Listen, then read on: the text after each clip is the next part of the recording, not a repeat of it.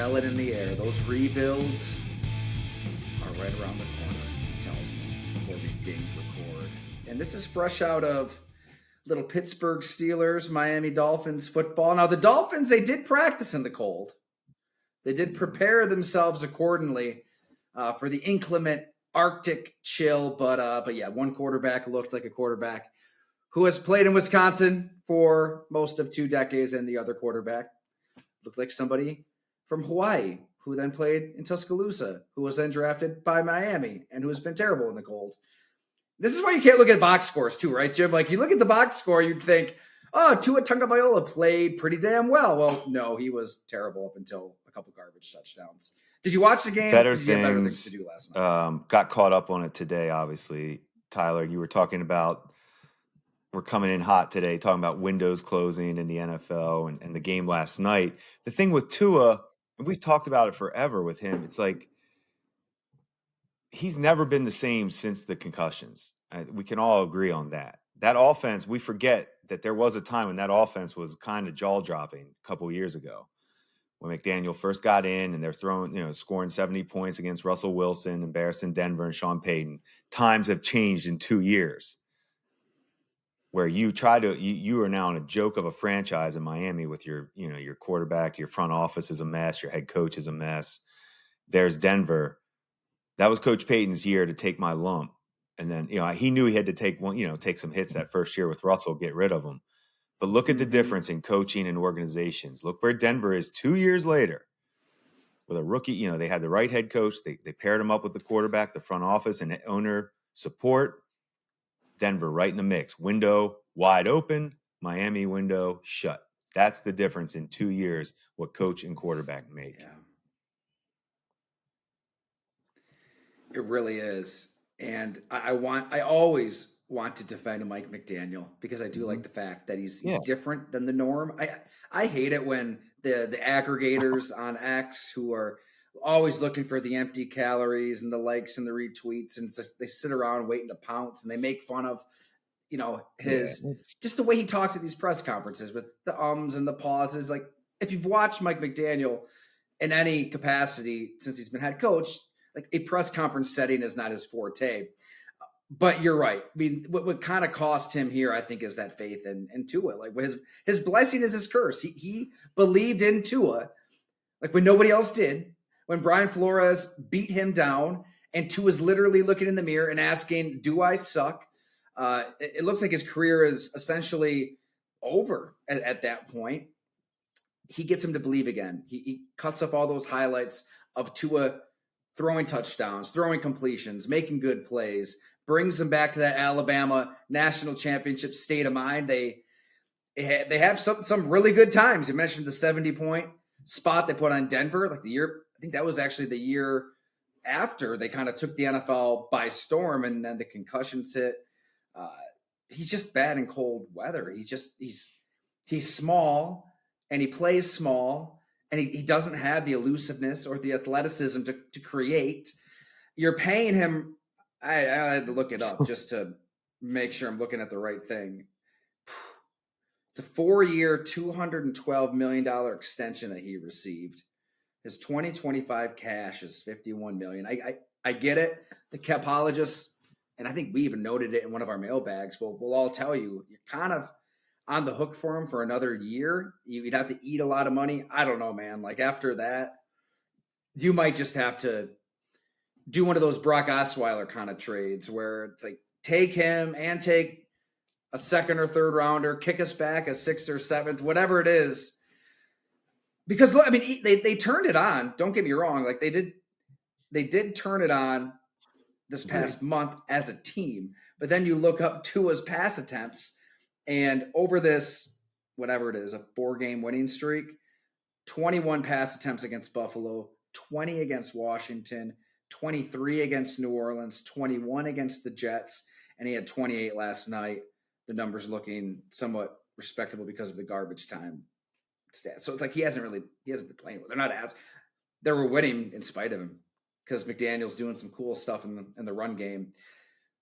Would you give McDaniel another year? Or are you saying just clean house, start over, burn it down? You've got Only no they know in the choice. bill. I don't want to comment on the coach as far as giving him another year or not, because if you're not in the building, you really don't know. If you're not covering the team, I feel like you don't really know.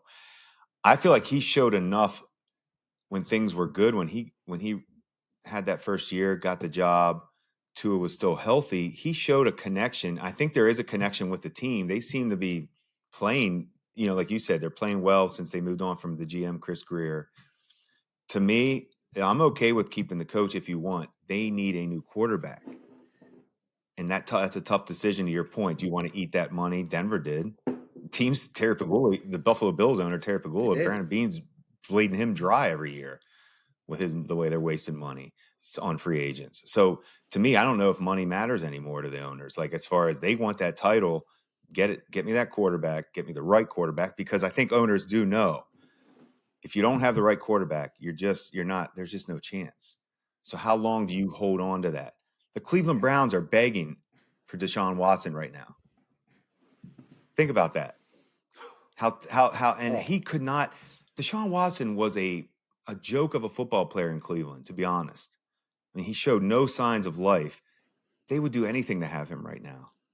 That's how bad they've fallen when they're two rookie quarterbacks. I mean, they're rookies. They're not going to help you right now. I tell you what, though, in respect to the hustle, there are some rabid Browns fans who still hate Baker Mayfield. I did that story on Baker Mayfield at Go Long last week, America's quarterback, and you're damn right we're going to stand by every word. You had him in your building. Is he a Hall of Famer? Is he a perennial All-Pro? Is he an MVP? No. Like even his number one fan, Scott McLuhan, who was a consultant for the Browns ahead of that 2017 draft. I'm sorry, 2018 draft, is the first to say like he's not that. But what he is your city. He's blue collar. Like he got you to the playoffs. He won a playoff game in Pittsburgh. It's weird to watch that game, by the way, in retrospect, and see like those Browns colors beating those Steelers colors. It was during COVID, so barely anybody's in the stands, right? Those restrictions were in place. But yeah, it was very odd. That just does not happen. He did it. He tears up his shoulder. And, after I wrote that, I did hear from a source that also, like Kevin Stefanski and Andrew Berry, just always kind of thought they could do better than Baker Mayfield at quarterback. Fair. And so I get that inclination as a coach, as a GM. Yeah. Like you want to challenge yourself. But I mean, you got to take it case by case. You really got to break it down and be nuanced with it and say, look, he is a power thrower. He uses his entire body on these throws. That shoulder was a wreck. Go back and watch that Green Bay game. I mean, you can just see that. I think it was on Christmas Day, that 21 season. It was ugly. The injury was a major reason why. He gets to Tampa. He wins 2 divisions. Yeah, they just lost to Atlanta. And yeah, it was ugly. And Baker missed that throw to Ibuka late. But they don't have a defense. I mean, they're a sieve. And Todd Bowles, there's a reason he's throwing out all those F-bombs. He knows he's failing that defense. So anyways, I'm sorry. I'm ranting. Like, spare me the anti-Baker rhetoric filling the timeline. Like, Cleveland would be in a better spot right now if they just kind of took a deep breath there. Instead, you sell your soul for Deshaun Watson. You take a chance. There's injuries involved, for sure. Now it's the Achilles. He's had all sorts of injuries. But he also was accused of some pretty vile stuff. He also didn't play football for a year. And you've got to take the mental into account. It's like he completely just lost his confidence through that all, didn't he, Jim? Where, I mean, you go from Houston 18, 19, 20 even. They were bad in 20, but his stats were really good. And he's just improvisational, playing off of feel. I mean, there's a reason when you're with the Bills, you didn't really consider him. It's not a prototypical NFL offense. But he played on confidence. You could feel it. And then when you're the number one headline in sports for an entire year for all of the wrong reasons, and like everybody, hate is a strong word. If you were to poll like the most hated athlete in all of sports, he'd probably be near the top of the list with people, right or wrong. I'm just saying that's got to do something to a player's psyche. So by the time he does play, he said all the right things. His teammates said all the right things. We talked to Wyatt Teller on the podcast, or I did. I think it was a solo, just me and him there. I mean, he's believing in Deshaun Watson, like, and it just never has. He's never gotten that back. He's never been able to dust off that magic and be that player who's spinning away from, was it Matt Milano in that overtime and hitting Tywan Jones, getting into field goal range. He was unbelievable in that comeback win. I don't know what the Browns are going to do. I'm just, that's the danger here. That's where you got to be careful. So the theme of the show is windows closing. Okay, your window's closing. What's the plan at quarterback? There's not a lot of them, walking the face of the earth. So what would Miami do then at quarterback? That's for another. I think most would agree, like, Tua has kind of run his course. If you're GM of the Dolphins, so where do you turn? Yeah, this is where I'd have to take a step back, and we'd have to do another podcast on off-season. I need to see what their ammo is, money. I haven't dug into the Miami, and I don't know the draft class and the NFL free agents. So to be fair, I don't want to say what I would do yet. It is easy to sit there and smile. I've always said that when I was in the NFL. It's like, man, I wish I could just sit there like everybody, go get a quarterback. That's always the answer. Hey, you need a quarterback. I say it every episode, every time we do a podcast. I'm like, they need a new quarterback. Yeah. They do. But to me, I don't see the point on keeping two. I don't know. I don't have the answer to the next name, but the next name almost doesn't matter. What's this name doing for you? It's switching jerseys to me sometimes. It could just be, Trubisky for Tua, and you're getting the same results. I'm using that as an example because you made me think about Trubisky was a missed field goal away in Chicago from winning a playoff game, I believe, as a rookie quarterback. Okay, second year, but basically a rookie with Nagy. Yeah, we forget about that John Fox. But okay, so point is, like, you can have a year. Combine legend, by the way. The John Fox stories from Indianapolis. Holy hell! But you have to be real. We gotta have a podcast where we just talk to people about legendary combine bar tales.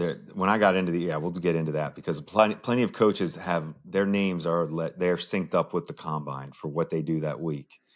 To your point, but no, I think teams need to be real with themselves right now. The teams' windows are shutting. This is the self-scout part that's hard. I wrote a little bit for you this week, but I was laughing about when Washington beat Giants. It's like, if you're the Giants, like, take that seriously. That's embarrassing. That's a backup quarterback you just lost to, and you're pumping your chest about you found your franchise. You just fired the head coach because he's the problem. You just lost to a backup in your division. Where's your franchise at, New York? Where's your franchise? I mean, if you're, like I said, Washington, hey, they're showing up. They're being professional. They're playing for Dan Quinn, so you have to respect that. No way, if you're the Giants with your young quarterback and you got rid of your head coach, should you be losing to a backup? You're not close. So you need to self-scout. Where are your issues? All these teams, you need a hard self-scout because there's some bad football this week. I kept the word fake kept coming up when I was writing, like fake touchdowns, fake game, fake sense of, confidence, all that. I don't know if Baltimore's defense has improved with a shutout against one of the greatest offenses we've seen in Cincy. Usually we'd say the Ravens defense must have arrived. But then you look into the game, you study it, and Joe Burrow's, we don't even know if he wants to play football right now. So you can throw that game out for an evaluation. Lamar Jackson threw 12 times, and they beat the Bengals. That doesn't make sense. So that just tells you that game, you can't really evaluate that if you're the Ravens. You beat a team that wasn't even the real team. Their quarterback's checked out. They have no defense anyway. So what are you taking from that if you're Baltimore? Your quarterback threw a pick in 12 attempts. Because their window to me is right there, Baltimore too. So see, the theme. That's why I keep coming back to all these teams at the window: Cincy, Cleveland, not Cleveland, Cincy, Baltimore. We started with Miami, Denver's window opening, Detroit's closing, Dallas is closing. Giants, Washington, their window. Then you look at the Rams, you look at Detroit, like Detroit shutting, Rams. We know this is the last year it's staying open, probably. Baltimore is 7-7. Now they host New England on Sunday night. Wow. They travel to Green Bay. 6 days after that, a Saturday game at Lambeau, and then they close at Pittsburgh. So we've all kind of assumed that right when Baltimore caught up to 500, they got to 5-5. They got to 6-5 after they beat the Jets. All right, of course they're going to surpass Pittsburgh, and then they get smoked by Cincinnati. They lose to Pittsburgh. And I thought your column was excellent. I meant to note that at the top. Jim Monos. If you missed it, make sure you read it. Recapped all the games this week. Thanks so much for that, Jim. It was a late text from your hardy editor over here because I'm working on a couple of bigger projects and I really needed that Monday to parse through some interviews and map out some stories and Jim pulled through, baby. And little does he know, I'm going to ask him to do that again because that was awesome. I loved it, riffing on these games. You're right, a lot of fake games. It's hard to separate what's a substantive win from what is kind of smoke and That's mirrors. A good way to say it. That's a good way to say it. Like to you, like what would be an example of each? No, and thank you for letting me write from this past week. And then we got to get to thank you for letting me write that column too, because I pay attention to all this nonsense in football. So it is fun to get it out. Just let me throw some stuff out there and see where it goes. The real wins. Buffalo was a real win for sure. Rams, real win. The game, that was a great game. Denver, real win. Like that. So that's why the windows. That's those windows for Denver. New England's open. Denver open. Those were real wins. Fake wins, like Philly. Who cares? Philly, Baltimore. Those weren't even real football. I mean, shutouts in the NFL. Come on, you can't get shut out. Pete Carroll couldn't get to 100 yards. It's unbelievable how dysfunctional that franchise is. I said, you pull Kenny Pickett out of the bullpen for a nice 0. It's hard to score 0 points in the NFL. Like, teams are going to let up. Like, you're going to be allowed to score at some point in the game. Ashton Genty. I think Jim Monos was the first analyst anywhere to really Trent Richardson spot him. Trent Richardson as just average, just a tough bowling ball running back. I don't know. They had it written. It was right there for him. The example was there for him. But back to the windows closing. Go to Detroit quick. I wanted to hear your opinion on Detroit because I know we're different on that. Yeah, we're different on that. Where when I say closing, it's not closed. Obviously, they have talent, but the quarterback to me just limits them. He's always going to limit them, whether it's something, whether it's pass rush, outdoor playmaking. If something's off, can he make that team better consistently? We know he's a top tier, good starting quarterback in the NFL. He's proven that. But you see why McVay made the move. He has no limitations. To me, when he did it, you see why. I never thought Goff always will have that flaw when he came out of college. And McVay, he worked with Goff for a year, and he knew it. And that's the self-scouting. Now we always go back. He's one pick away from that being the worst trade in the history of football with Stafford. I'm sorry, he worked with Goff for a year before he moved on from Goff, didn't he, McVay? Well, he was with Goff, I guess, for a while though. He kind of helped revitalize his career. Like Jeff Fisher drafts him, and it's brutal. I remember sitting down with Goff after that rookie year out in California, and he was just reveling in the hits that he took. And I was sold. Like, this dude's a hell of a lot tougher than I expected. Yeah, and then, like they bring in the McVay offense, Todd Gurley, get to the Super Bowl, lose it to New England. He misses that throw. He's a little late to Brandon Cooks, who's a current Buffalo Bills wide receiver, and lose. I think it was 13-3. It was really boring. But yeah, and eventually McVay just kind of had enough. There's some great detail in Michael Silver's story, The Why Is Everything, with McVay. I don't think he knew Goff was listening. He's just bitching about him on the headset during a game. Like, this play will work if Jared doesn't fuck it up. And so that relationship went south fast. And, we talked to Jared, or I did for a story, like when we first launched Go Long in November 2020. So it was toward the end of his last season there. And I went back and was reading some of his quotes. You can read between the lines where complimentary sort of the coach. You can sense that maybe something was a little off here. So he tried to upgrade. And to answer your question, I'm not going to say the window is closing for Detroit. I think they beat Pittsburgh. I think they beat the Vikings. And I think it's an absolute showdown at Chicago in Week 18 with a playoff spot on the line. And I'll take Dan Campbell over Ben Johnson in that game. And I love Ben Johnson. I mean, every chance I have here on the pod and writing, it's what he's done there in Chicago is spectacular. I think with the resources he has absolutely squeezed every ounce of ability 1 through 53 offensively with the ground game, which has just steamrolled some opponents. They ate up the Browns and spit them out. That Eagles game is their most impressive win. And defensively, they're opportunistic. I mean, they take the ball away. It's part of their DNA at this point, more than just straight up luck. I feel like Dan Campbell is going to be ready for that one. Look, it was week 2. It feels like forever ago. They did beat Chicago 52-21. I think that even with the injuries to the Lions defense, they've had some pass rush issues. Brian Branch, he's down for the year next to Aiden Hutchinson. I can't think of anybody more valuable. I feel like they'll be able to patch it up and they'll be aggressive on offense. And I still like Jared Goff. I mean, even in that Rams game, you were right in your column. Like some of these drives did stall because he can't move.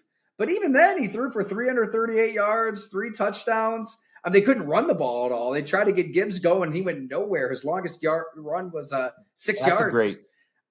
And that comes as a Jahmyr Gibbs fantasy Gibbs, owner. It's hard. If you can limit him like that, that is incredible. I agree with you because Gibbs we talked about him. He's 1 or 2 talented in the NFL. And Goff. But give me Goff, give me Gibbs, give me St. Brown, give me Jamison Williams. I feel like the weapons I'm going to call you out right now. Are there to win these last 3 games. So you said if it comes down to the Bears-Lions, you're putting your money on Ben Johnson over Dan Campbell. Okay, Tyler, I'm about to spin it on you. I'll take Jared. I'm putting Campbell on Campbell over Ben Johnson. I'm going to take Detroit over the Bears because of Jared Goff. Has been in these situations. If Goff can't beat Caleb Williams, then that window should be shut. They have the wrong quarterback. The Detroit has been knocking on this door for years now. So Goff is prepared for a big last regular season game against Chicago. Goff should be the better quarterback, and they should win that game. I agree with you. I'm sorry. At first, I thought you were going to say, but I'm with you on. I'm taking Detroit, but for the different reason, not because of Campbell, because of Goff. Because of Goff, I'm sitting there telling you I think he's an issue, but I think if it comes down to that game, he'll outplay Caleb because of the experience. I think. Even in the cold, the wind. Better. Yes, he has. He has no been more in those games. With weather. Yes, it's not necessarily Tua. He's not as good in the cold as he is indoors. He's got a few pellets on the wall. They've got to get there first, though. They've got to win these 2 games, and Saturday night is going to be wild. We'll get into it with McGinn on that NFC North pod. I'm really surprised that Green Bay is favored by 1.5. They lose Micah Parsons. As we pod, it's looking promising for Christian Watson, which would be huge because he had himself a field day on Gardner Johnson in the slot and just the way they kind of moved him all over. Are you surprised by that? You caught me. I was just getting ready to look. I haven't really studied the games for this week yet. I give myself a little time, Tyler. I'm still in recap mode here. Green Bay. Okay, there it is. In Chicago. Yeah, that does surprise me a little. Let me see something here. Yeah, Tyler, you're right. That I would not have thought the way the Bears are playing right now, especially. I mean, Rashawn Gary is your preeminent pass rusher if you're Green Bay, and he really hasn't been able to do much at all with Parsons eating up those double teams and getting held every other play, whether they call it or not. They're going to have to get the linebackers involved. Edgerrin Cooper is a violent player. I got to think that Jeff Hafley is going to try to blitz him. He might as well blitz a young quarterback, see if he can handle it with some discipline because, they're going to try to run the ball. They had that 17-play drive. I'm pausing right now, thinking a lot on this. That's a sure sign right there that they don't buy into this Bears team. They're not buying into Caleb. They're thinking Green Bay is going to come back from that tough. Think about that. They're coming off a road heartbreaker in Denver. Now they have to go to Chicago, and you're favored against a team that is, quote unquote hot. I know they're coming off but that tells you where they're at with Caleb Williams. That's all I was just thinking about. They haven't bought into the Bears yet because of that. So you think that the Lions Is like window is not not closed, but necessarily closing. closed, but Yeah, because of Goff. closing? I Why just is think that? he's always going to be in. I mean, you look at those stats against the Rams, and it's hard to think you're talking. I'm not talking bad about him. I just think in the NFC now, moving forward, there are some talented quarterbacks that I think are just going to continue to get better, and I think they lengthen their lead over the Detroit at this point as far as Love's better than him in their division. Caleb Williams can be better than Goff by next year if he continues to do it. Talent wise, he is better. It's just playing the reps, consistency, and that's what Goff gives you. But anyway, you see where I'm heading with that. That's just your division. You can't have the third best quarterback in Yeah. your division. I'm not saying he is yet. I'm not saying that yet. I still would take him over probably even Jordan Love actually right now. Love still scares me. We can talk about that. You'll talk about that with Bob, but he still does scare me sometimes. But I mean, look, it's a game of inches. It's a game of no one play question. changing everything. I mean, even that Lions Rams game, I think Amik Robertson had a shot on an interception. He kind of undercut a crossing route. I mean, You've got to make that play. He makes that play, it's a different game. Jordan Love and the Packers are up 23-14 in the third quarter. And inside our game day chat, we were talking about it. I said, this is where you got to go for the jugular. Go up 30-14, press the accelerator. They did. I love the call. Matt LaFleur sends Christian Watson deep. Granted, it's against the reigning Defensive Player of the Year, Patrick Surtain. And it's a hell of a play by the corner. But Jordan Love could have put that out more. He could have aired it out more. Are you? Yeah, I agree Can with you you. remember that play? It was. It was just underthrown enough to where it's picked off, and then the game changes. I mean, Denver gets back into it instantly, turn it on, and they get the crowd behind them. They get that pass rush going. Love's not the same. They lose Parsons. That just zaps all the energy out of the entire team, it seems. That's why I was a little surprised. I mean, even Matt LaFleur's press conference after the game, he's trying to stay upbeat, trying to get that team to rally. You can see it written across him. Like, oh, shit. Just lost our best player. But yeah, I think that the Lions, though, by and large, I'll take that weaponry. Whoever they play, wherever they play them, so many of these teams are dealing with injuries, and they are too on that side of the ball with Laporta. Goff, Gibbs, Montgomery, St. Brown is gritting through his stuff. Jameson Williams can fly, even though he'll have a knucklehead play or two every single game. Whoever they play, I mean, they had a lead on the Rams, right? They were up by 10 themselves, and they blew it on the road. So I don't know. I'm not going to say it's closing, but I get you. I mean, Goff doesn't move well. He is one of one. I mean, it is a prerequisite for all quarterbacks to have a little athleticism to them and be able to move. He's just not. He needs that clean pocket, which means he needs a ground game, which means Gibbs has to get going. He couldn't get going in this game. When it's said and done for Jared Goff, who will he be like? Is he like a Matt Ryan type comparison when you talk about his career? Is that a decent comparison, or I'm thinking out loud right now? I think that's perfect. Like, he with some excellent coaching, he put together an MVP season. They're 28-3 in the Super Bowl. I think Goff could get to that point. It's going to be tougher though going on the road outside of dome. But there's more domes in the NFC, isn't there? Yeah. Just something to think about. That's what I mean. I don't want to like sit there and say he's the issue, but Matt Ryan had a ceiling. I mean, but you can win with them, like you just said. There's no question. They get to the Super Bowls. They perform in big games. I mean, that was the game of the. I mean, that was what he did the other day against the Rams was big time. He was lighting them up with no running game.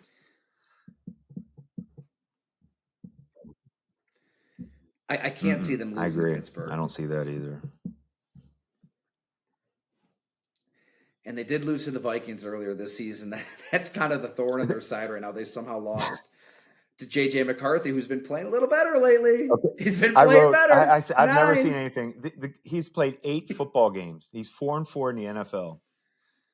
And I don't know if there's a guy, and I'm with a lot of people on this. I don't know if there's a guy that looks worse that we've all written, and he's done. Like, he cannot play in the NFL according to everybody that watches him. The other night, my friend in Harrisburg, Pennsylvania, big time Dallas Cowboys fan, right away texts me, after the first possession, he's like, "Oh, this is going to be a wrap. Told you, knew this was coming. JJ can't play." There it is, another one. And I'm not agreeing or disagreeing. I There don't, he is, you know how I doing am the with rookies. I gritty. refuse to write people off or make on rookies. Yeah, it's a Just good let lesson. I rookies mean, we play. all Let should rookies play. calm Yeah, down let rookies play. when it comes down Yeah. to But it. I'm not. This It is guy. funny though. I still have no faith in him watching him. I think he has ability. I do, but it's like, man, he is so late, and the ball never looks good. Like, guys are working for it. He doesn't even throw to Justin Jefferson. Anyway, I agree. Jefferson's going to lose his damn mind, just like you wrote. I got to think he's going to want out, right, this I mean, offseason. unless they can figure it Unless out. Kevin O'Connell just completely gives up on McCarthy and does something crazy at quarterback, which, I mean, McVay at one point traded for Matthew Stafford, and anything could happen. I don't know what the answer would be, but they've kind of made their McCarthy bed. They have to lay in it, at least to an extent. They'll bring in a vet, I would think, but if he plays like this the final 3 games, they're going to give him another season as the day one starter. Yeah. Right? I kind of feel bad for him in that post-game locker room. All these teams, they all record the speeches and everything. Like, what? He just can't, like, at this, he was mocked and memed and made fun of so bad after that Lions win that, like, what's going through JJ McCarthy's mind when he stands there after a win and say he is 9, all 9'd up, and he wants to be gnarly and he wants to look like he's going to tear at your neck like a predator in the wild. He has to fight it at this point because that's out of control. Anytime a quarterback does anything wrong, they get photoshopped as the new 9 on Instagram and everywhere. I saw Jerry Jones got 9'd. He was made into that graphic. Nobody is spared. Tyler, I was thinking about some of these man. backup quarterbacks that were playing. I was thinking about the how bad some of these throws were this weekend. You were talking about Tua's arm strength, Gardner Minshew. I was thinking about Phillip Rivers. I was thinking about Minshew. I'm thinking about Tua. These guys look like they're shot putting the ball. I said, we're going to have like a shot put contest. It's unbelievable how bad these throws look. And I talk about it because it goes to show you when you do actually have a good backup. And I brought this up in the column I wrote. I try to give some credit to Mariota and Brissett. And it's good when you have a quality one. It does make you feel, pretty happy when you see some of this other stuff. I mean, Minshew comes in. All you have to do is throw the ball 20 yards, and it might be a completion field goal, and you have overtime. The guy he looked like he couldn't even throw it 10 yards. You see how I had a little money on the money line on Kansas City, obviously. But can you get me a 15-yard pass, Gardner?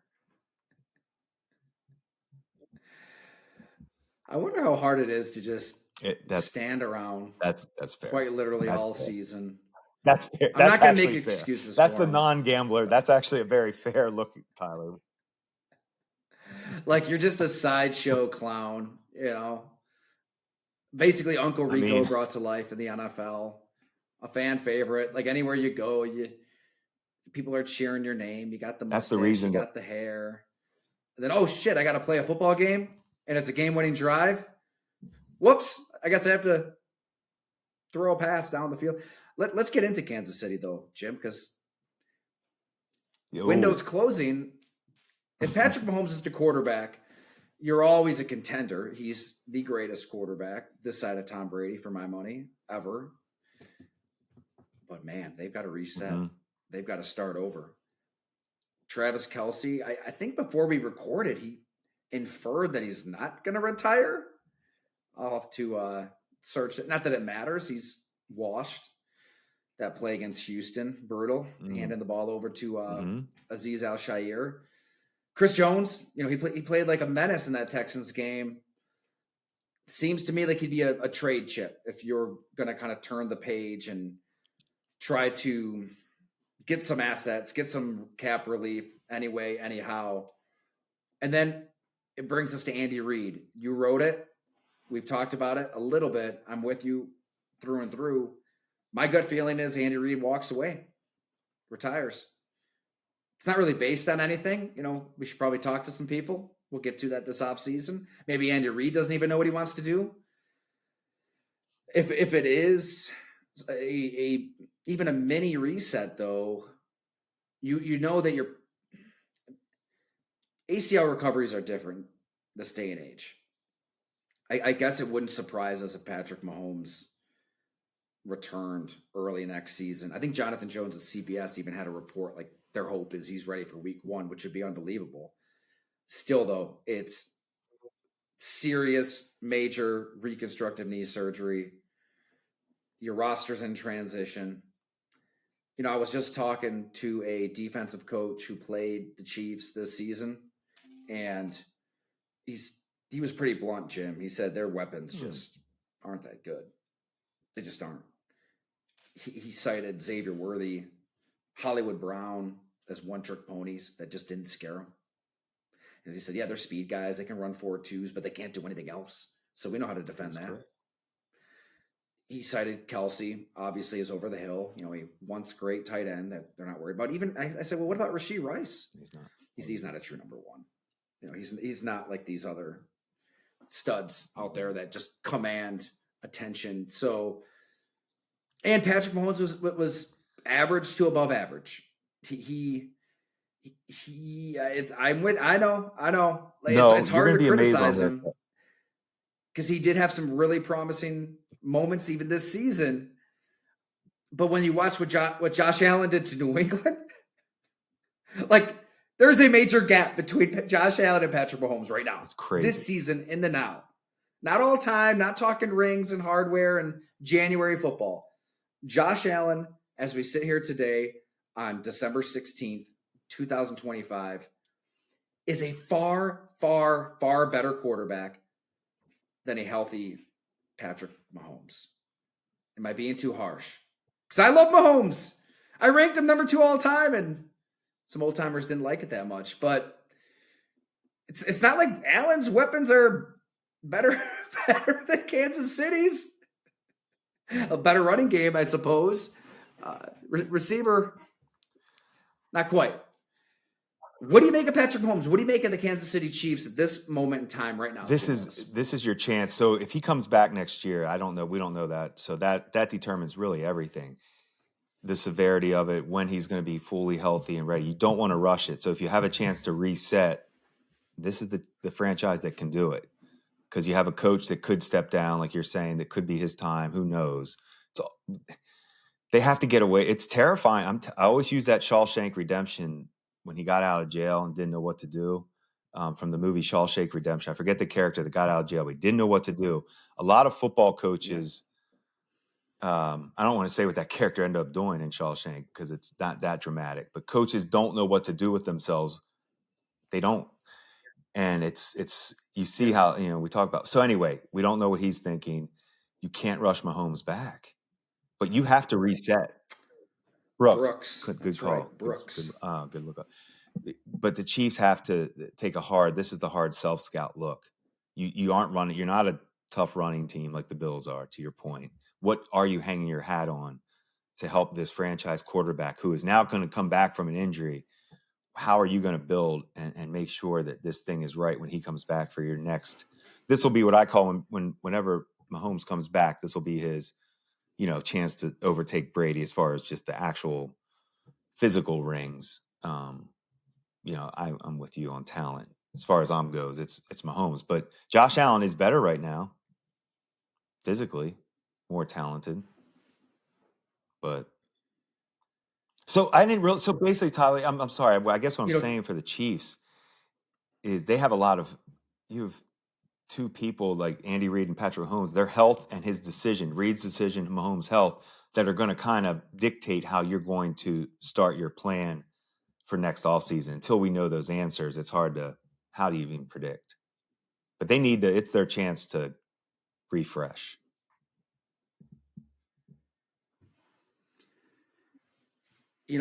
Tom Brady and the Patriots, they win the 3 rings with a lot of veterans on defense, the Willie McGinnises, the Ty Laws. We talked about this, and they did have to evolve and change, and they turned into this offensive juggernaut that nearly had a perfect season. But they win a decade without winning a Super Bowl. I'm not saying the Chiefs are going to go a decade without winning one. It just goes to show it's really hard to get back to this game. And all we've known is the Chiefs in the AFC Championship game, year in and year out. For the first time since Mark Sanchez versus Ben Roethlisberger in 2010, do we have an AFC Championship game that lacks Tom Brady or Patrick Mahomes? It's kind of crazy. So it should be a wake-up call. They're going to have to do some major house cleaning personnel-wise. It's kind of nuts. I was just down in New Orleans last February talking to these coaches and these players on the heels of that AFC Championship game where Steve Spagnuolo unleashes that blitz that Osiris Torrance never saw coming. That he was really open about that all on that 4th and 5 with 2 minutes left where they're expecting the pressure to come from the left. So they slide left and here come a cavalcade of bodies. So I just pull up this old Spags story I wrote. I mean, Dave Merritt, their DB's coach, he made a really good point. He said how Spags has answers for every protection imaginable and that all game the Chiefs designate one person on staff just to study the offensive line's protection. Like one person for 3 hours, that's all they do. He wouldn't say who it is, but quote, one set of eyes that's looking strictly at how are they blocking us on every down and distance. We have enough weapons that we can get to our bag and say, okay, well, you know what? We've got 3 of these pressures right here. We talk about it on the headsets, and then he smacked his hands. We go execute it. Like they just goes to show that how well-oiled of a machine they were on really both sides of the ball. Mahomes just, even post Tyreek, the way they were winning games late, making the play when they need it defensively. Their drafts were so good for 2-3 years. And Spags is pushing all the right buttons.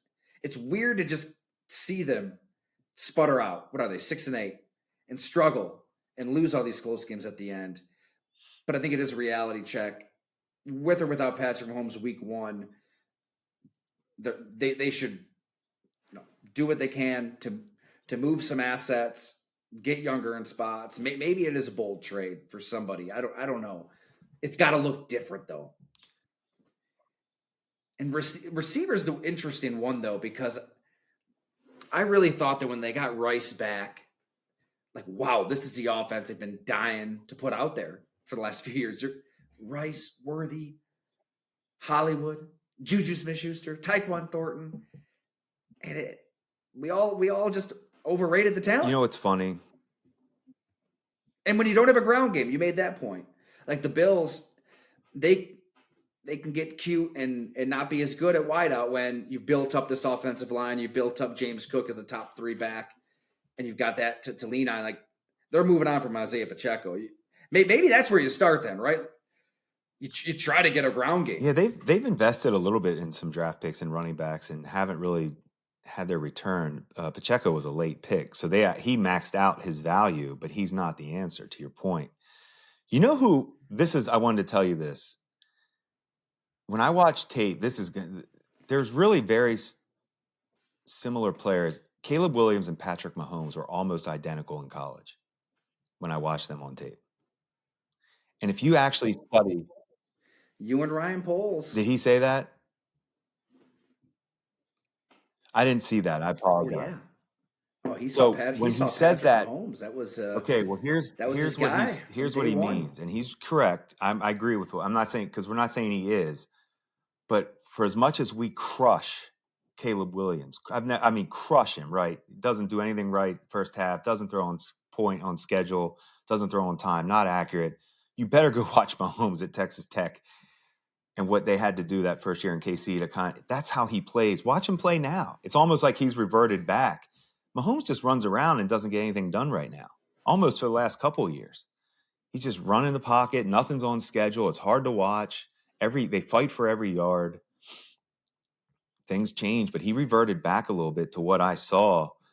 And we're not trying. I'm with you. I mean, we're talking about Mahomes as the greatest ever. I'm not trying to say he's not, but that's how those talented quarterbacks have that in them. Like Josh Allen's not that talented throwing the football like Mahomes and Caleb Williams.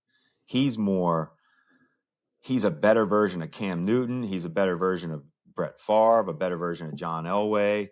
He's better than those guys, in my opinion, because of his size and speed, and he has the arm like they had. I think there's like those two categories. Yeah, Well, we always come back to you and Brett I. Favre Well, and the that's our Green Bay guy. Packers. I tell you what, like this, what this reminds me of, Jim. It's now granted the Philadelphia Eagles shellacked Mahomes. It was a different level of violence. I've never seen a quarterback beat up like that in a Super Bowl, look that bad in a Super Bowl, a quarterback of that magnitude. But what Denver did to Brett Favre in Super Bowl 32 was different. The pressure, the way they got after him. Obviously, it was Steve Atwater on that blitz and the fumble. And I mean, Favre still had his moments that game. I've watched that one start to finish a few times. I mean, holy shit, the lasers, the arm strength. It was just a different level. But you could see that's right in the middle. I'm sorry, his third of 3 straight MVPs. He's on top of the league. Similar to how Patrick Mahomes has been on top of the league right now. Everything just was harder. Like you just said on Patrick Mahomes. Every first down, tough.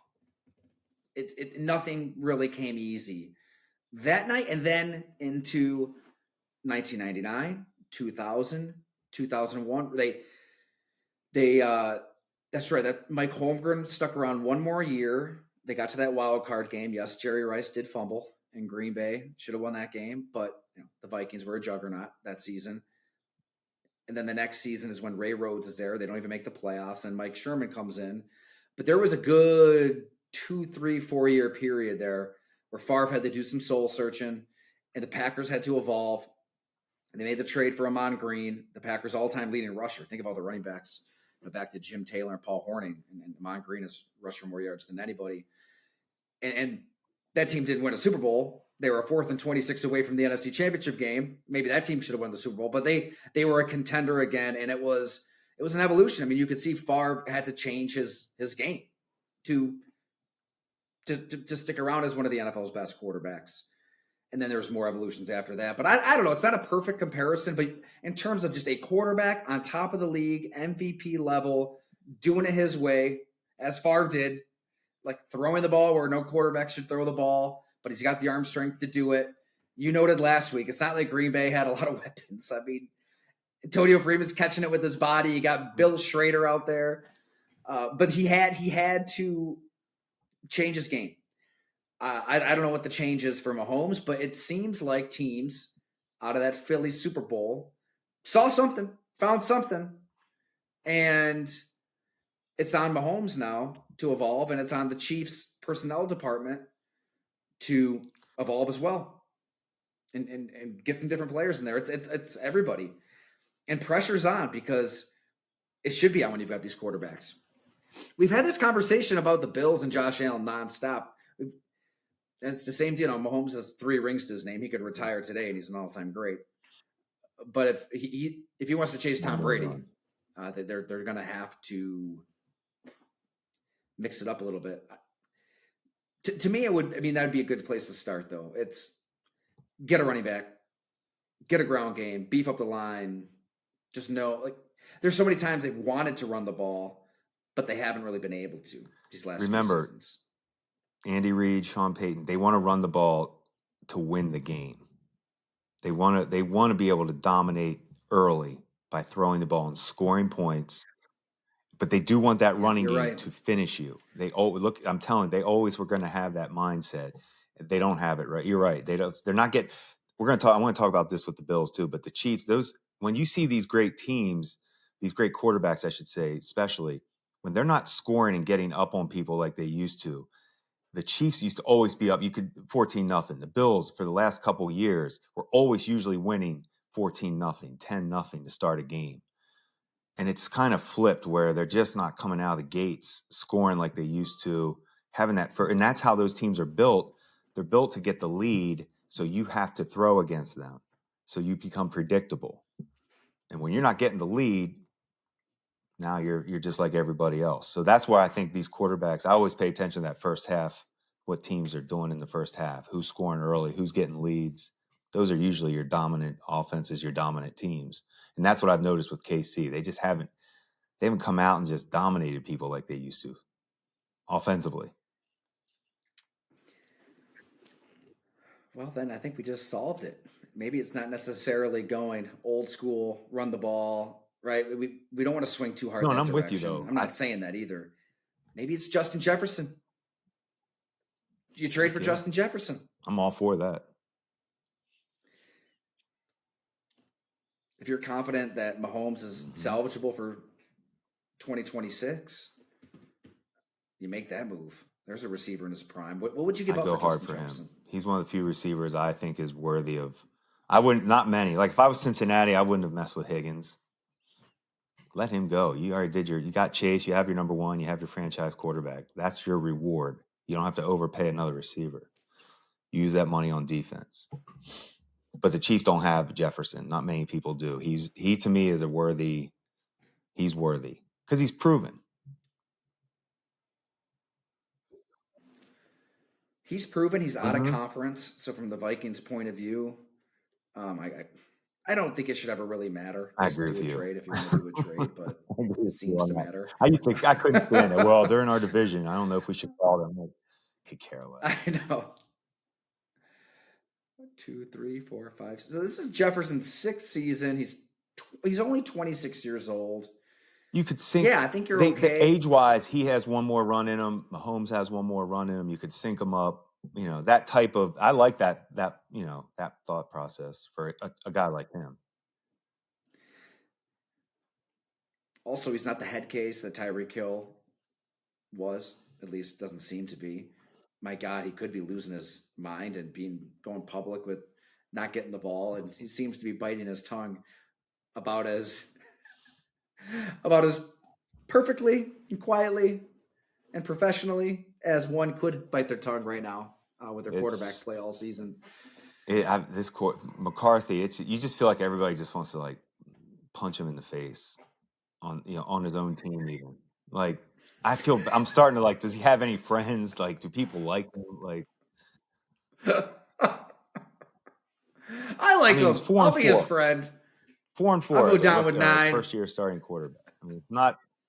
I know there's more factors. Real quick, too, another thought I had: Josh McDaniels, Brian Flores. I crush Belichick all the time. I think he's an overrated head coach. Great career though, but his coordinators can coordinate. Flores and McDaniels are proven coordinators. Like wherever they go, you see their teams their results are almost identical wherever they go. The great coaches, their teams always they look like their previous teams. Like you see the way Sean Payton, you see the way Sean Payton's comparing everything right now. He's seeing everything in Denver. He's placing his players. That's his Jimmy Graham. That's his whoever it is. He's starting to name names. He's the puzzle is coming together for these great coaches. I think that's exciting for some of these teams that we haven't really. They're coming onto the scene now. All right, let's get to another window, Mr. Monos. What about those Cincinnati Bengals? You just mentioned T. Higgins, Jamar Chase, Joe Burrow. Joe Burrow might not be happy, but it's also true that Burrow was quite vocal that he wanted this team to pay these receivers. I get it. Like you drafted these players. They've been highly productive. You had an offense that went scorched earth last season, just missed the playoffs. Now it's looking like you could use some resources to fix that defense. And the offense gave you all of 0 points against Baltimore. Where do you even start with Cincinnati? The hard part with Cincy is always going to be the structure, the front office structure, and is the head coach. Do we know if he's the guy, the right head coach? So I always worry about Cincinnati in general, how they roster build to sustain success, and that's what we speak about. you get this piece of gold in Joe Burrow, and you really kind of just, you outscored some, you kind of had everybody excited. You destroyed it quick by mismanaging money and talent evaluation. So, okay, you can't lose Burrow is where I would start.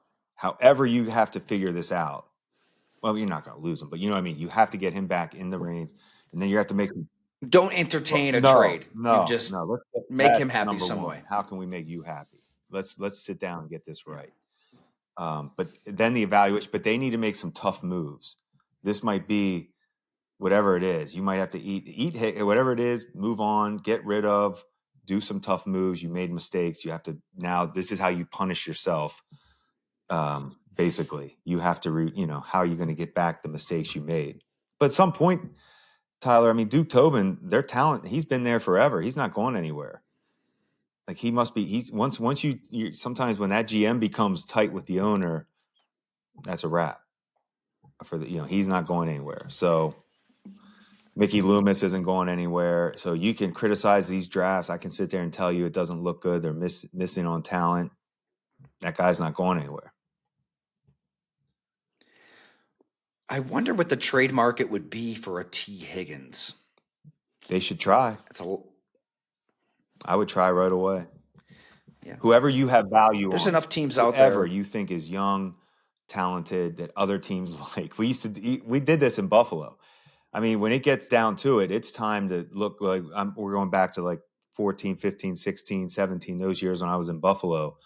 But at some point when you're 8-8, 8-9, 9-8 every year, you have to look at a Kyle Williams, when we had Shady, is it on their twilight of their career? Like you're saying, like a Chris Jones almost in KC, do those guys have a year or two left? Can you get anything for them? Try to get them to a good team and reward them and get some picks. I mean, that's how you have to start thinking, though, if you're certain teams. But back to the Bengals, get Burrow healthy, get rid of Higgins. Who else you have talented young guys that maybe you can get something for them, but you have to be good on your evaluations at some point. Yeah, that's the thing. It's one thing to get draft picks. It's another thing to draft the right players. I mean, it's amazing. They've been missing. I mean, we joke about, I respect Chris Ballard in Indianapolis for the team he's built, but a lot of people would lose their jobs over Anthony Richardson. We don't even think about it. Yeah. Yeah, it is crazy. He has hit on so many other positions year to year, but he went through all those veterans at quarterback. He drafted the quarterback 4th overall. Well, they get Daniel Jones. He turns his career around. Then he goes down. Chris Ballard in Cincy with Joe Burrow. They traded 2 first-round picks for Sauce Gardner. He goes down. That trade was. Oof. So the answer is a 44-year-old Phillip Rivers. But really, let's stay on the Bengals though. Like you pull up their drafts, and they anticipated losing those veterans. So philosophically, you can see it. Joe Burrow, rookie contract. They paid for the Trey Hendricksons and the Mike Hiltons. It was a handful of guys defensively. Von Bell. They get to Super Bowl. They almost win it. They get to the AFC Championship. They're Joseph Osai late hit away from getting to a Super Bowl. And then all along, they drafted Daxton Hill, Cam Taylor-Britt, 31, 60 overall in 2022. Zachary Taylor, 95 at D-end. The next year, Miles Murphy, D-end. DJ Turner, DB. Jordan Battle, DB. Your top 3 picks, all in the top 100. Even the year after that, Chris Jenkins, D-line. McKinley Jackson, D-line, are top 100 picks. If you're watching or listening and you're saying, who? Huh? What? Well, it's because none of these guys are game changers, playmakers, reliable starters. This has been one of the worst defenses in the league, maybe the worst defense in the league the last 2 years. So, you've got to recoup something for T. Higgins, and there's enough. I agree. I think there is a market out there for him. When you look at teams with young quarterbacks with money to spend that want to go for it now, maybe they do give you some premium draft capital. They go Les Snead, F them picks, and whatever it is, it's a matter of them being willing to take on the contract and part with the draft pick. T. Higgins is good enough to warrant that. The concussion conversation is one worth having. Still can't believe he was allowed to stay in that game against Buffalo. Which, while we're on that subject, when I was watching that live, it made me think of a conversation with Christian Benford during training camp. It was kind of like a forgotten storyline because, Benford had the concussion against Baltimore and he returned in the AFC Championship game. And then he left that game. And he admitted that he should not have played in that game. So I'm gonna pull up the exact quote. This Q&A is at Go Along if you want to check it out. The headline is "I need this." All right, I asked him, "Did it take you long to recover from that concussion in Kansas City?" He said, "I was cooked. I was barbecued." Then he repeated, "I was barbecued. It took me a minute. I was just tired. I was mad tired." I was like, "Bro, there's something not right." All I remember was seeing Sewell Douglas grab me, and I was out of it. A severe high almost. Everything's just effing messing with my mind. I took a nap. I ain't gonna lie. I took a nap in the locker room with this concussion. I was out, bro. I'm like, "Bro, I'm tired." So I closed my eyes. I know they say you're not supposed to, but sometimes you got to listen to your body. If I need a nap, I'm going to take a nap. I was in and out, called my late. So he goes on and on about returning too soon. He knows he returned too soon. The pressure. And these players aren't going to say no. They want to be out there. You got to protect them against themselves. T. Higgins did not look right. He stayed in that game, and then he misses the next game with a concussion. So, yeah, it's one of those things that everybody just kind of forgets about as the season trudges along. That's what the NFL wants. You just kind of move on to the next topic. That's part of the T.J. Higgins conversation here, though.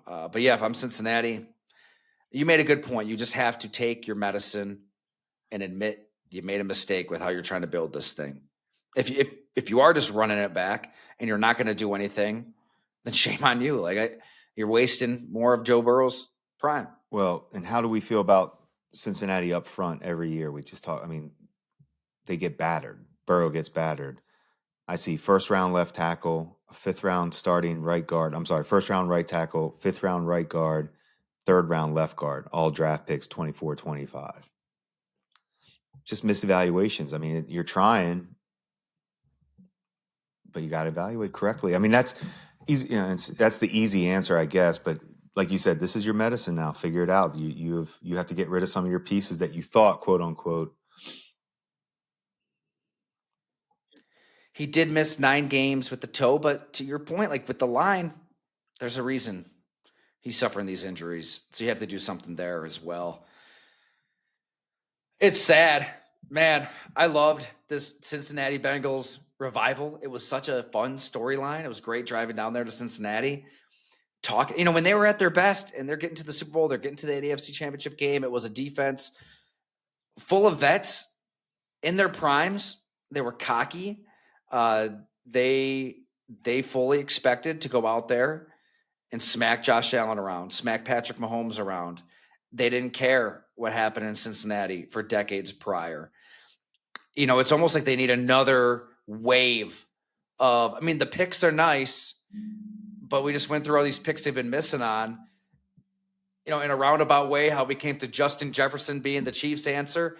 Part of me wonders if the Bengals' answer is somehow trading for, signing, like moving T. Higgins, maybe for players, not picks, signing, Right. like freeing up cap dollars to get vets.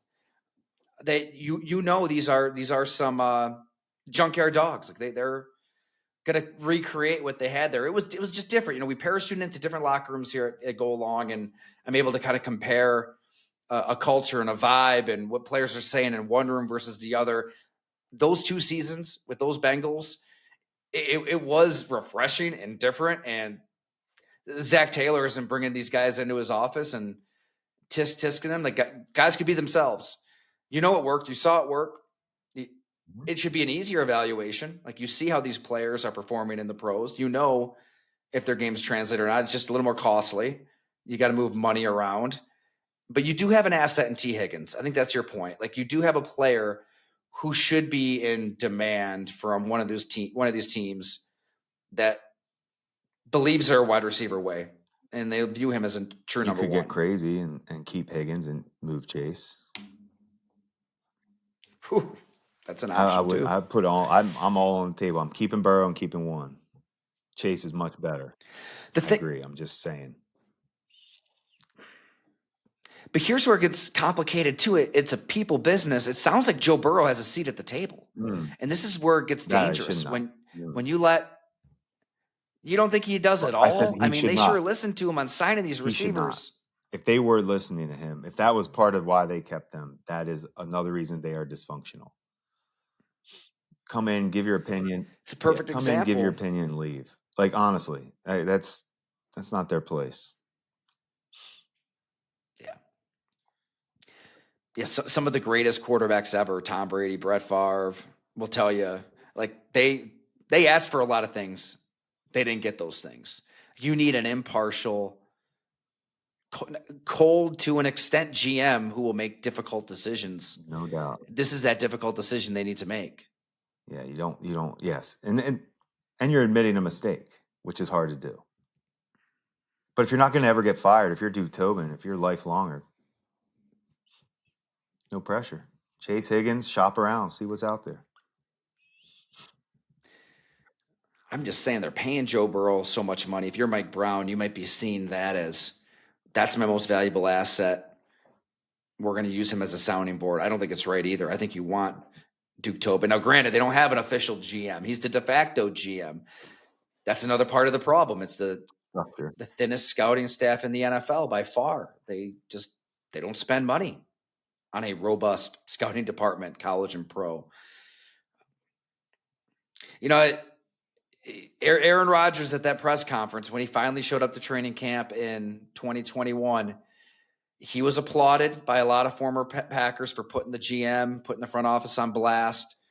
But the examples he gave on the players that Green Bay moved on from that he believed hurt the team, hurt the culture, hurt the winning. Ted Thompson to Brian Gutekunst, their batting average was pretty damn spot on. They moved on from players a year early versus a year late. And when you think that way and you make difficult decisions, it's not easy. You know, the latest one being moving on from Aaron Jones, bringing in Josh Jacobs. Aaron Jones was beloved.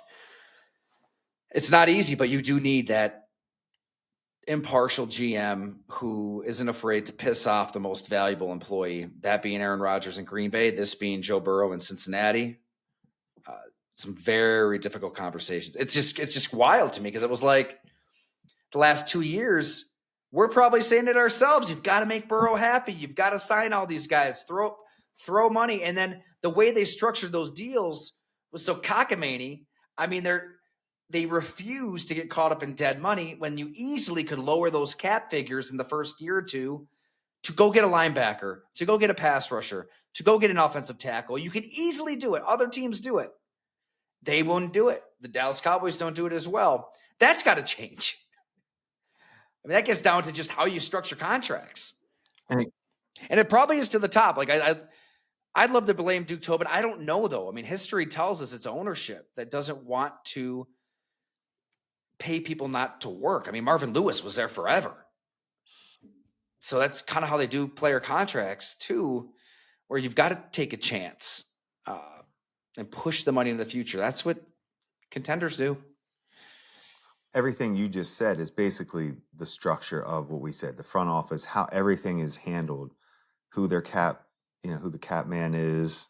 It's all part of it. So to your point, if that's dysfunctional all the way up top, you have a coach that's proven to have some success. Like I said, I don't know enough to know where he's at as a head coach. I don't studied Cincinnati enough in terms of game management, time management. But they have the quarterback. They have gold. They do. Exactly.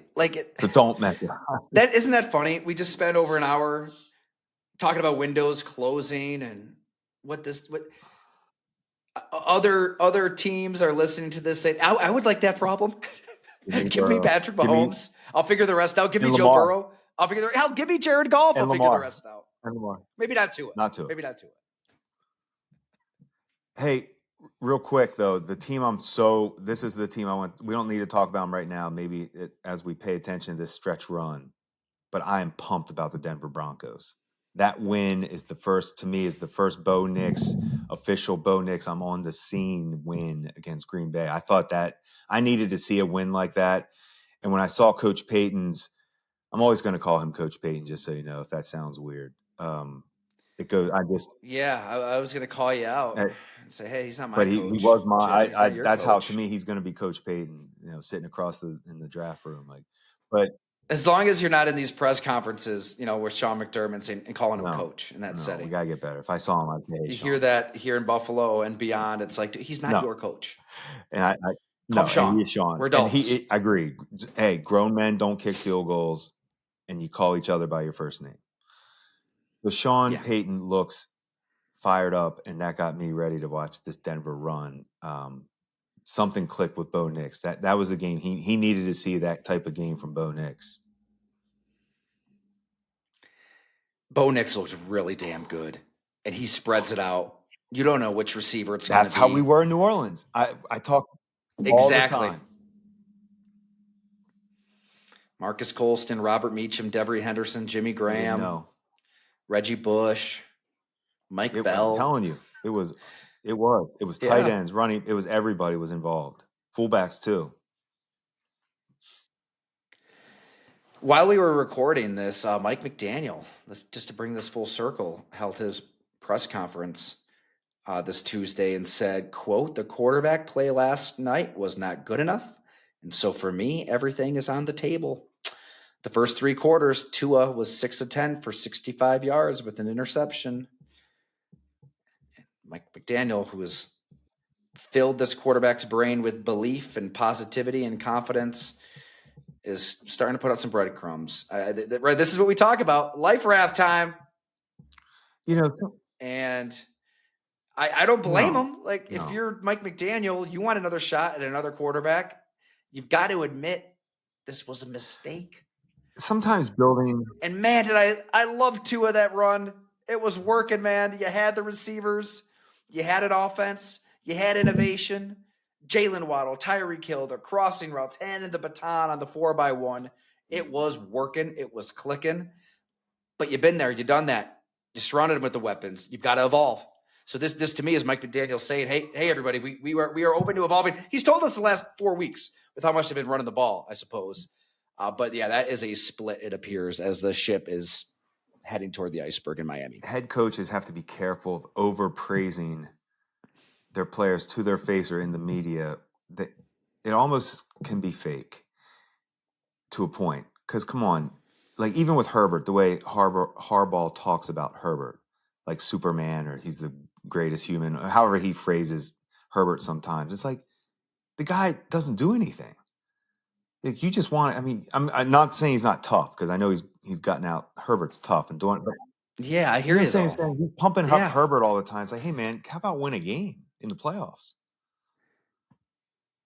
That's kind of how it is today. I mean, did you even the Colts Seahawks broadcast? It is an unbelievable storyline. Don't get me wrong. Like it is nuts that Phillip Rivers at 44 hasn't played for a half a decade, coaching high school football, 10 kids, trotting out there with the dad bod. It is nuts that he's out there in Seattle, the edge of the earth, against the Super Bowl contender, doing this. But you watch the broadcast and the language, the rhetoric from those announcing the game, you would think it was Phillip Rivers, San Diego Chargers prime. Mm-hmm. And I don't know, like we got to be a little honest here. And like there were some limitations with a quarterback at that age who hasn't played in forever. Is he their best option? I don't know. I mean, it is crazy that there is another quarterback out there who can throw the ball down the field.